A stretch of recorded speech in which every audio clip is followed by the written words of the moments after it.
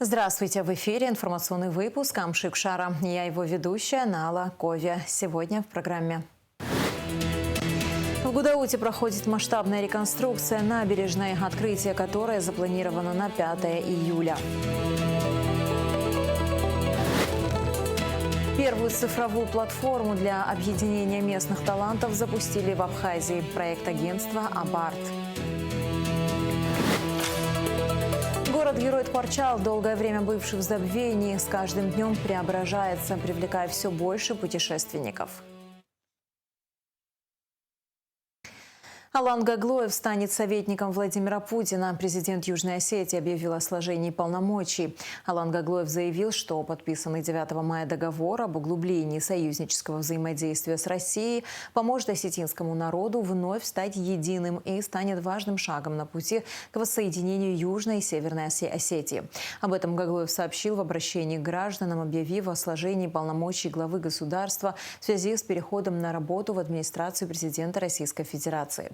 Согласно Конституции Республики, временное исполнение обязанностей президента будет возложено на председателя правительства Южной Осетии Марата Камболова. Комитет Госдумы по делам СНГ поддержал кандидатуру бывшего губернатора Белгородской области Вячеслава Гладкова в качестве нового посла России в Абхазии. Об этом сообщает ТАСС со ссылкой на первого зампреда комитета Константина Затулина.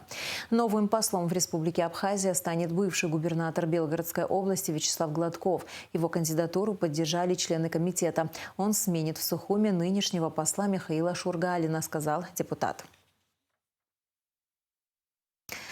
Москва готова защитить Минск в случае украинских ударов по территории союзного государства. Об этом заявил министр иностранных дел России Сергей Лавров. По его словам, подобные действия со стороны Киева только усугубят текущий конфликт и осложнят возможности для мирного урегулирования. Я хотел бы выразить слова поддержки присутствующему здесь послу Республики Беларусь и в его лице белорусскому народу в связи с террористическим актом, который совершили вооруженные силы Украины в Брянской области, и в связи с теми угрозами, которые поступают в адрес Минска со стороны киевской хунты. Имею в виду хамское выступление Зеленского, требующего навести порядок на территории суверенного государства, а иначе, мол, он сам займется наведением там порядка. Это очевидно нацелено на то, чтобы втянуть Белоруссию напрямую в конфликт и расширить географию боевых действий, тем самым осложнив возможности урегулирования конфликта политико-дипломатическими средствами. С марта 2025 года действует договор между Российской Федерацией и Республикой Беларусь о гарантиях безопасности в рамках союзного государства. И в случае необходимости мы готовы предпринять весь комплекс мер, который предусмотрен договором, чтобы обеспечить безопасность. Напомним, Владимир Зеленский выдвинул ультиматум белорусскому президенту Александру Лукашенко. Украинский политик требует отвести от границы технику, которая якобы помогает российским войскам наносить удары по территории Украины, иначе это сделает Киев. В ответ на угрозы Зеленского Александр Лукашенко предупредил, что идея втягивания Беларуси в войну – опасная затея. Война сегодня не просто где-то далеко, а у нас, я говорю, за забором, а иногда и ближе. Чужие войны бывают, но не настолько, как сегодня. А тем более, если это война у наших границ. Если нас кто-то провоцирует и пытается, как некоторые говорят, тянуть в войну, думаю, что это плохо обойдется тем, кто это пытается сделать. Мы ведем себя спокойно.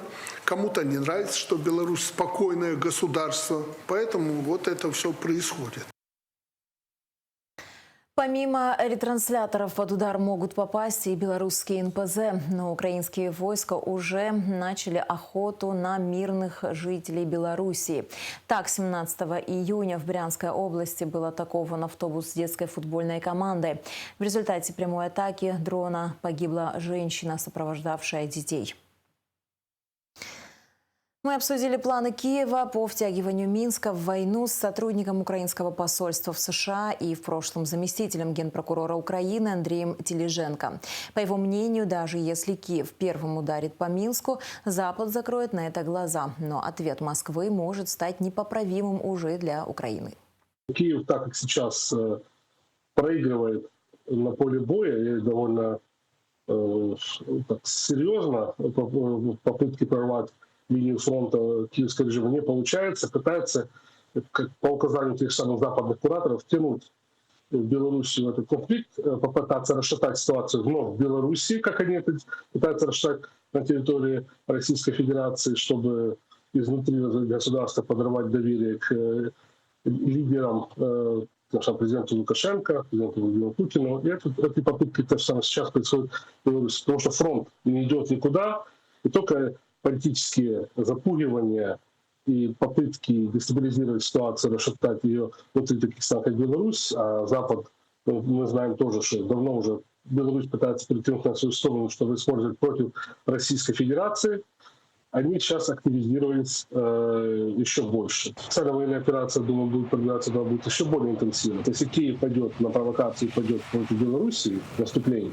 или спровоцирует наступление, в медийном оно будет, пока они закроют картинку на Западе, что это Беларусь. Провоцировало это все еще, вспомнят 2022 год, и вспомнят, что Лукашенко якобы нелегитимно, это по меркам Запада, хотя легитимный президент избранный, это не для Украины, легитимного лидера государства нету, по Конституции 110. Кстати, 110 Конституция Украины.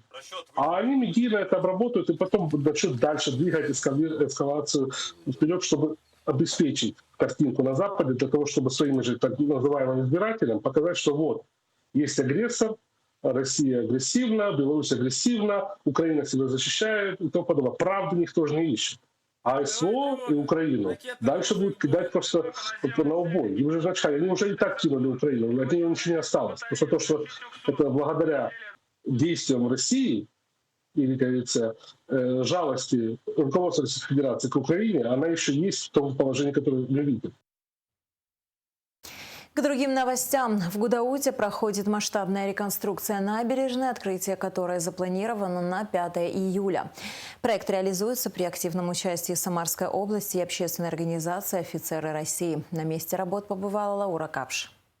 Гудаутская набережная – излюбленное место для спокойного и размеренного отдыха жителей и гостей Гудауты. В 2026 году здесь стартовала масштабная реконструкция, которая делает прогулочную зону еще более комфортной. Проект стремится сделать набережную современной и гармоничной, чтобы каждый мог насладиться ее красотой и атмосферой. В ходе реконструкции были демонтированы старые бетонные плиты, предусмотрено комплексное обновление променада. Также создаются современные зоны для отдыха. И сегодня здесь идут работы. Где-то сажают цветы, где-то укладывают брусчатку. Все работают слаженно, чтобы успеть к открытию. Работы ведутся на территории от городской пристани до кафе «Веранда» протяженностью 500 метров. Сейчас производится в рамках реконструкции замена основания, укладка новой брусчатки. То есть все ливневые системы обновлены, проложены новые коммуникации.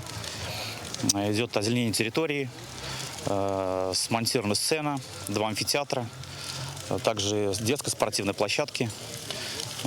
И идет облицовка парапета из гранитного камня.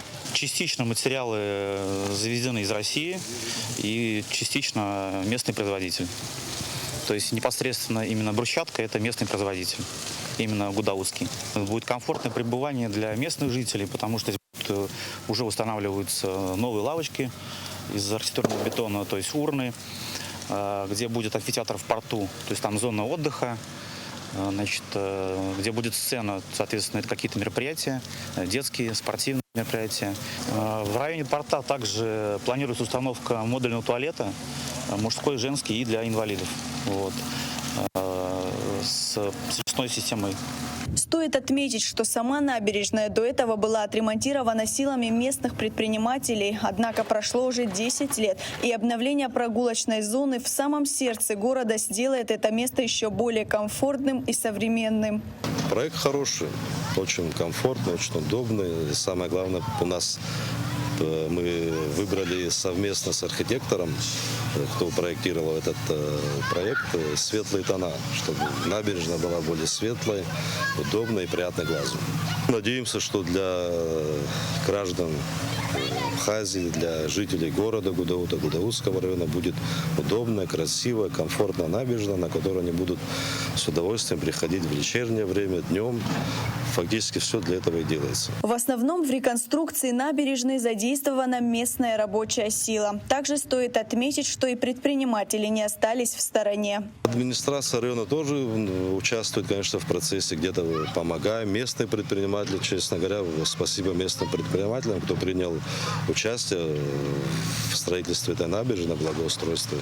Хочу отметить также Глазава Эдгара Чичиковича. Он нам промежуток у нас был один проблемный, ползневой. Он соорудил бетонное сооружение, подпорную стенку. Большая ему благодарность. И всем предпринимателям, кто имел тут объекты общественного питания, тоже все приняли участие. В начале набережной у нас территория порта, которая принадлежит Абхазскому морскому пароходству, который также участвует в благоустройстве набережной. Сейчас они свои здания недостроенные, которые разрушены стоят, они закрывают их щитами, плакатами и устанавливают флагшток. Около 40 метров высотой будет установлен флагшток с абхазским флагом. Новое освещение, уютные лавочки, современная спортивная площадка, детская зона и кинотеатр. Все это вместе создает волшебное место, где каждый может найти что-то для себя. Открытие Гудаутской набережной после масштабной реконструкции запланировано на 5 июля. Лаура Капш, Адам Арджиня, Абхазское телевидение. Жительницу Сухума спасли утром 23 июня сотрудники ГИМС МЧС Абхазии в акватории города в районе Диоскурии.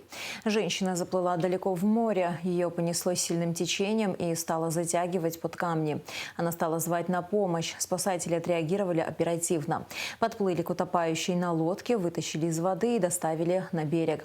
Между тем, 3 водолазов из Абхазии вернулись в республику из Симферополя после прохождения курсов по повышению квалификации.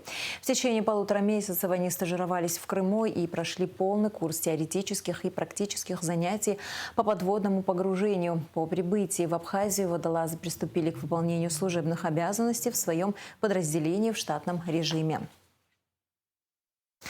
Первую цифровую платформу для объединения местных талантов запустили в Абхазии. В Центральном выставочном зале прошла презентация онлайн-каталога креативных специалистов проекта агентства «Абарт». Инициатива призвана объединить представителей творческих индустрий и повысить узнаваемость локальных профессионалов. Платформа собирает на одной площадке мастеров из самых разных сфер – от культуры, дизайна и цифровых технологий до гастрономии, туризма и образования. На презентации каталога побывала Ирена Богателья. В Абхазии состоялся долгожданный запуск онлайн-платформы каталога специалистов, который призван облегчить пользователям поиск необходимых профессионалов в различных сферах. Эта инициатива стала результатом деятельности Агентства развития креативных индустрий «Абарт» и уже объединила более 150 участников. И это только начало. Изучив проблематику, мы пришли к пониманию того, что сегодня в Абхазии не существует ни одной цифровой платформы, на которой бы как наши граждане, так и гости нашей страны могли бы найти необходимого специалиста в той или иной области. И мы надеемся, что после презентации этого сайта все желающие смогут также зарегистрироваться и показать себя всему миру. Я полагаю, что этот ресурс он будет достаточно востребован и даст возможность нашим людям показать и себя, и свои работы, и чтобы другие люди могли воспользоваться их услугами соответственно. На презентации платформы Асида Салакая, разработчик сайта, подробно рассказала о возможностях, которые открывает новый ресурс. Платформа создана для того, чтобы соединить творческих людей и специалистов из разных областей, от искусства и дизайна до технологий и образования. Каждый пользователь может зайти на сайт, ознакомиться с портфолио специалистов, посмотреть их работы и выйти на официальные страницы. Это позволяет не только найти нужного человека для реализации реализации своих идей, но и поддержать местных профессионалов. Разработкой дизайна сайта занималась Марьяна Лакарпа. Команда Креативного хаба работает с людьми, которые уже чего-то достигли, которые имеют опыт в своей области. У них берется интервью, и если интересно, можно посмотреть это либо через сайт, либо на YouTube-канал. Отсюда есть ссылка. Светлана Габуния, руководитель агентства креативных индустрий «Абарт», объявила о запуске нового проекта «Лаборатория креативных предпринимателей», который стартует 26 июня. Это серия лекций пятничных и воркшопов, где представители разных сфер профессиональных, местные эксперты абхазские и также спикеры Российского общества знания будут рассказывать и делиться секретами успешной профессии, различными кейсами с нашими местными предпринимателями и также с участниками креативного хаба. Платформа продолжает развиваться, и организаторы планируют внедрять новые функции, чтобы сделать ее еще более полезной для пользователей. Этот проект – важный шаг к развитию креативных индустрий в Абхазии и созданию благоприятной среды для творчества и бизнеса. Ирина Богателия, Алексей Гухава, Абхазское телевидение. В Минтуризме обсудили перспективы развития глэмпингов на территории Абхазии. Президент и основатель Ассоциации глэмпингов России Жанна Кира приехала в республику, чтобы поделиться опытом и рассказать о наработках в этой сфере. А Элита Рутинян расскажет подробности. Открывая мероприятие Астамурлогу, министр туризма Абхазии отметил, что глэмпинг подразумевает развитие агротуризма, потому что в Абхазии многие проживают на селе. Если удастся реализовать идею глэмпинга для сельского жителя, это, несомненно, положительно повлияет на многие факторы развития в целом страны. Вы знаете, что программа глэмпинга с этого года реализуется. Условия, наверное, скажем так, для нас, может, непривычные, сложные, но я думаю, что это начало. Может быть, они чуть будут пересмотрены, возможно, мы подготовимся лучше и в будущем году еще активнее будем в ней участвовать. Надеюсь, что и, пул вырастет. Да, сегодня это 150 миллионов рублей по программе выделено на развитие глэмпинга. Все это происходит в Министерстве экономики. Люди могут подать заявки, там софинансирование, вы знаете, 50% от стоимости российское государство, поддерживая Абхазию, готово предоставить такую субсидию. Вот такие возможности сегодня есть. Жанна Кира, президент и основатель Ассоциации глэмпингов России, приехала с конкретными идеями и предложениями для предпринимателей Абхазии. Ассоциация может помочь направить и предложить различные меры поддержки совместно с Республикой Абхазия. Собственно говоря, те гранты, которые сейчас выделяются, это тоже большая поддержка. У нас на Россию было выделено 40 миллиардов грантов. Да, то есть выделяли по чуть-чуть. Первый транш был 1,2 миллиарда, я помню, много лет назад, еще при Ростуризме. И на эти деньги первый раз предприниматели поставили эти домики. Потом в эти домики поехали федеральные чиновники, посмотрели, как классно можно отдыхать в России в разных уголках. Решили выделить еще 39 миллиардов рублей. Участники узнали об ассоциации, о проделанной ею работе, услышали полезные советы. Встреча проходила в формате диалога. У нас есть тоже 2 проекта в Крыму, но в связи с боевыми действиями мы немножко притормаживаем, но ездим, берем большой пример с наших братьев и сестер. Очень много чему хотим научиться. Но есть еще предложение на будущее. Хотим какое-то совместное предприятие по производству кое-каких аксессуаров и мебели, в частности, из бамбука. Жанна Кира разработала чек-лист по выбору территории для глэмпинга. На первом месте юридическая составляющая, то есть глэмпинг строится только на тех территориях, где это можно делать. Также на встрече отмечалось, что в России был разработан ГОСТ по глэмпингу. Разработали вместе с Роскачеством, это была большая работа. И спросите вы меня, можно ли, прочитав ГОСТ, открыть глэмпинг? Я думаю, что нет, этой информации не будет достаточно, но вместе с этим мы задекларировали слово глэмпинг в юридическом поле, что с буквы «э», что было важно. Мы сейчас готовим стандарты, их тоже бесплатно выдам в рынок, чек-листы, все, как убирать, все, как готовить глэмпинг к сезону, вот эту всю информацию просто мы тоже бесплатно выдадим в рынок для того, чтобы предпринимателям было проще, но и классификация. В последнее время развитие глэмпинга активно идет в Абхазии и России, что и поспособствовало организации мероприятия. Встреча принесла полезный обмен опытом в сфере строительства глэмпингов. Айлита Арутюнян, Давид Маргия, Храмичпа, Абхазское телевидение. Среди величественных гор и живописных водопадов город Ткварчал с каждым днем преображается, привлекая все больше путешественников. Сюда, в восточную часть Абхазии, люди едут за необыкновенными пейзажами, чистейшим горным воздухом и тишиной. Время доказывает, туристический потенциал города огромен, и местные жители делают все, чтобы раскрыть его в полной мере. Только за начало лета этот удивительный город посетили уже сотни гостей. Наша съемочная группа тоже отправилась туда, чтобы узнать все из первых уст. Репортаж Гугуцы Вардания.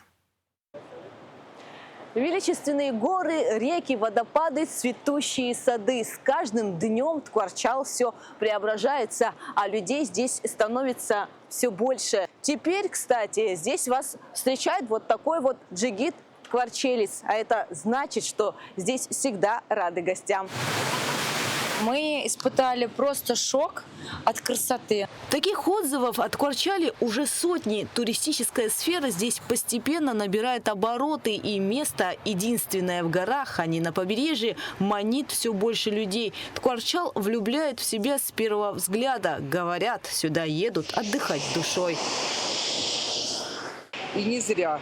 Говорят же, у вас легенда есть, что Бог подарил вам кусочек рая. И это так. И в этот рай хочется вернуться. Ткварчал кто посоветовал? Я очень часто в Абхазии, а здесь первый раз. Ну и мне посоветовали в поезде. Вот говорили, что есть такое место необыкновенное. И мы решили попасть сюда. Обычно выбирают курортные города, там Гагру, Сухом и так далее. Ну, мы, скажем так, любим более такой активный отдых, поэтому просто так лежать на пляже не совсем интересно. Хочется все-таки какие-то движения совершать, да, то есть что-то интересное посмотреть.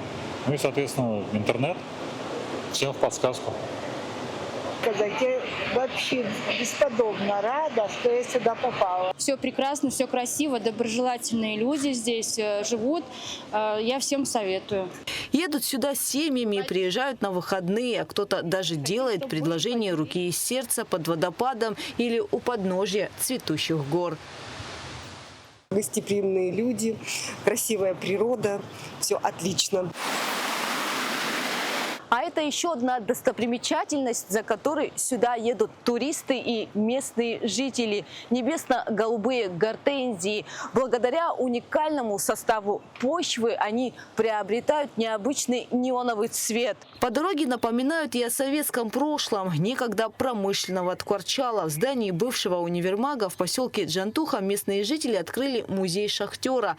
Люди сами собирали экспонаты. В заброшенных квартирах нашли альбомы, сервизы, шахтерские каски и снаряжение. Раньше в Джантухе жили около 4000 семей, сегодня лишь 10. Но те, кто остался, бережно хранят память о городе и стараются привлечь туристов.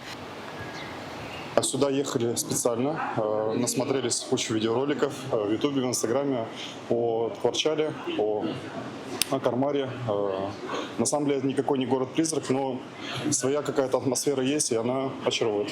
И действительно, Кармара никакой не город-призрак. Начало июня, и по кармарским дорогам активно движутся машины. Главный транспорт здесь открытые УАЗы, которые доставляют гостей к достопримечательностям.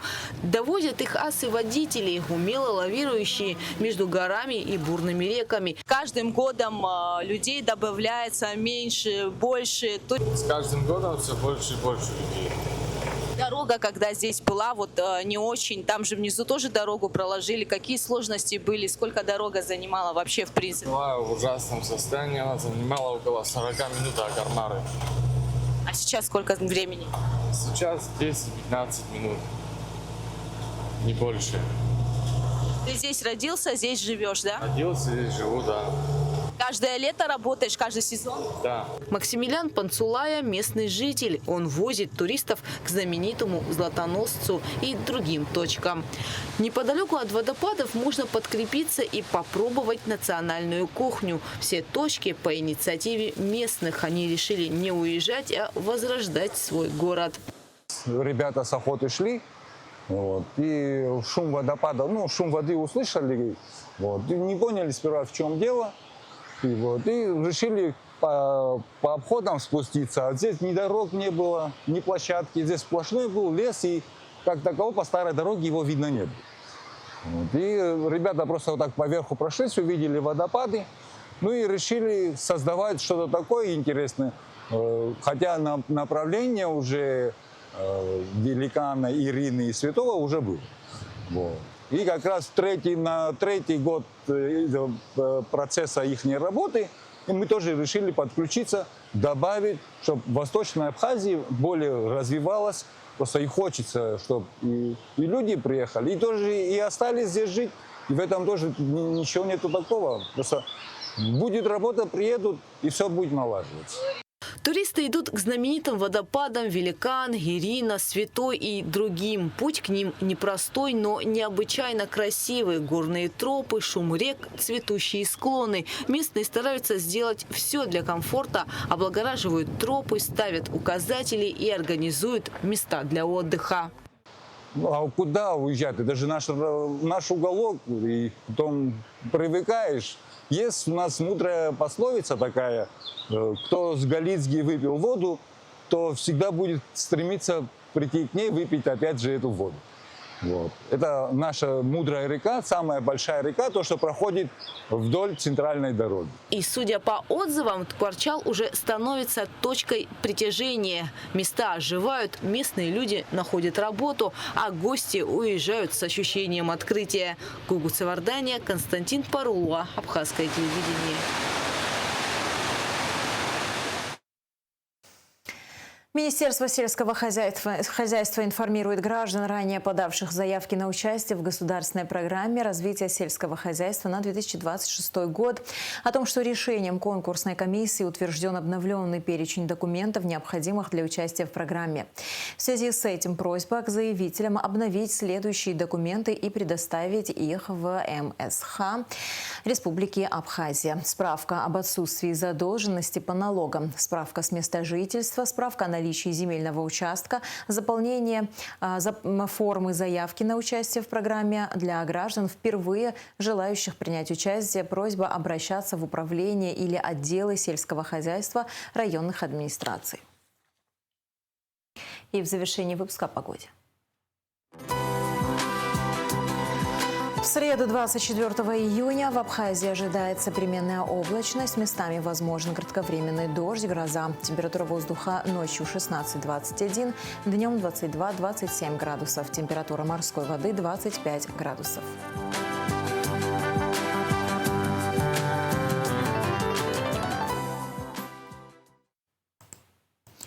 На этом наш выпуск завершен. До скорых встреч в эфире.